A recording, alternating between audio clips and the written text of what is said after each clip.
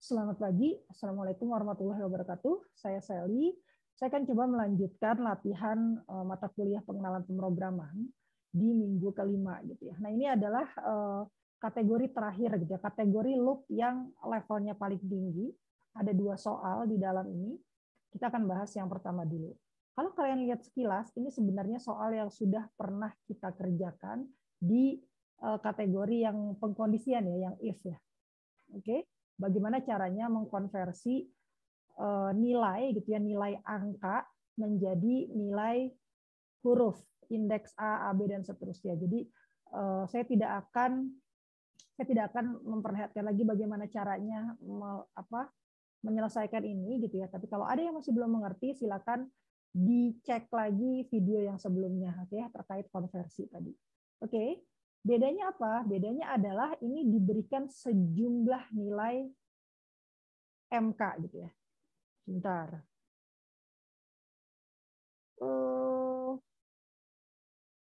Oh, ini mungkin soalnya karena soalnya copy paste jadinya ini masih keluar nih PP-nya gitu ya. Jadi ini sebenarnya diberikan sejumlah nilai untuk mata kuliah. Jadi mata kuliahnya banyak gitu ya, bukan hanya PP saja dari seorang mahasiswa gitu. Jadi kan seorang mahasiswa itu kan ngambil kuliahnya nggak cuma PP ya, nggak cuma Pengpro tapi ada kuliah lain, misalnya kuliah Lokmat, kuliah kalkulus dan lain-lain. Nah ini ceritanya mahasiswanya itu pengen tahu, misal gitu ya, ini inputnya misalnya dia menginputkan 2 mahasiswa.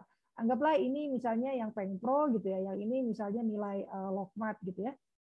Walaupun mudah-mudahan enggak ya, enggak segitu nilainya. Jadi oke, masukin yang PP 67,5, maka dikasih tahu oh berarti PP itu nanti dapatnya B gitu nilai akhirnya gitu ya, nilai hurufnya.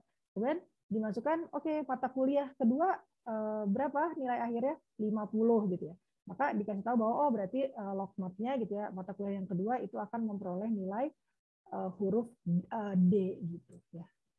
Kira-kira seperti itu ya. Jadi sekarang memasukkannya nilai beberapa mata kuliah gitu. Nah, berhentinya sampai kapan gitu? Berhentinya sampai kapan? Berhentinya ini.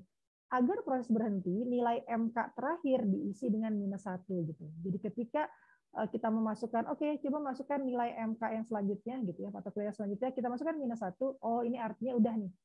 Mahasiswanya sudah tidak udah mau berhenti gitu inputnya gitu ya. Oke. Tidak perlu diproses. Di sini kalian harus menggunakan struktur while yang dipadu dengan if dan elif. Oke? Kenapa kita harus pakai while? Ini kan loop ya. Kenapa nggak pakai for gitu kan? Ada 2 kemungkinan, while sama for gitu. Karena kalau kita lihat kita tidak tahu melakukan loopnya, melakukan iterasinya, muternya tuh berapa kali itu kita nggak tahu ya. Dalam kasus ini mahasiswanya pengennya memasukkan 2 gitu. Berarti loopnya 2 kali gitu ya. Iterasinya 2 kali. Yang ini mahasiswanya hanya ingin memasukkan 1. Nanti mungkin di lain waktu mahasiswanya mau memasukkan 5 mata kuliah gitu. Baru berhenti setelah memasukkan 5 gitu.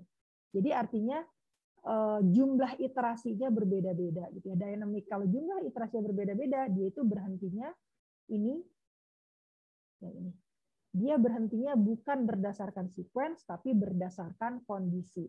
Nah, itu adalah salah satu ciri di mana kita oh ini berarti harusnya pakai while nih. Lebih baik kalau pakai while. Gitu ya.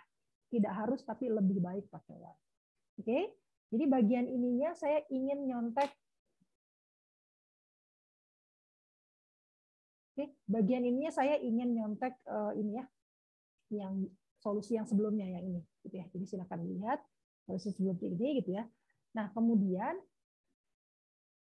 bagaimana caranya saya melakukan ini berkali-kali gitu ya. Oke, jadi pertama kali saya minta nilainya dulu kan ya, minta nilainya dulu gitu. Nanti kita bisa bilang selama nilainya itu bukan -1 kan gitu. Maka saya akan melakukan ini gitu. Ya, sekarang dimasukkan ke dalam while. Selama nilainya bukan -1, maka saya masukkan while. Kemudian saya cetak indeksnya gitu kan ya. Nah,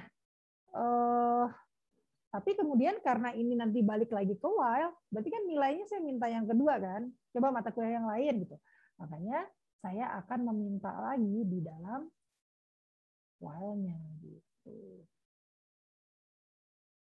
Nah, saya minta lagi setelah cetak, saya minta lagi nilainya, kemudian dicek lagi udah -1 belum, gitu ya. Coba ya, kita coba. Tadi contohnya apa ya? Contohnya 67,5 sama 50. 67,5 gitu ya. D, kemudian diminta lagi 50, D gitu ya. Dia tidak akan berhenti. Tapi ketika kita masukkan -1, selesai. Gitu. Kalau misalnya tadi contoh yang kedua adalah 80 ya. Kita pengen sekali aja nih gitu. KB, terus kita langsung masukkan -1. Selesai gitu. Oke. Jadi dia keluarnya berdasarkan kondisi. Kira-kira demikian. Jadi syarat untuk mengerti ini kalian harus mengerti yang pengkondisian itu gitu ya. Jadi tolong sangat-sangat dipahami untuk yang pengkondisian sedemikian rupa sehingga akan jadi jauh lebih mudah untuk memahami yang iterasi ini. Gitu ya, Oke, terima kasih. Selamat pagi semuanya. Wassalamualaikum warahmatullahi wabarakatuh.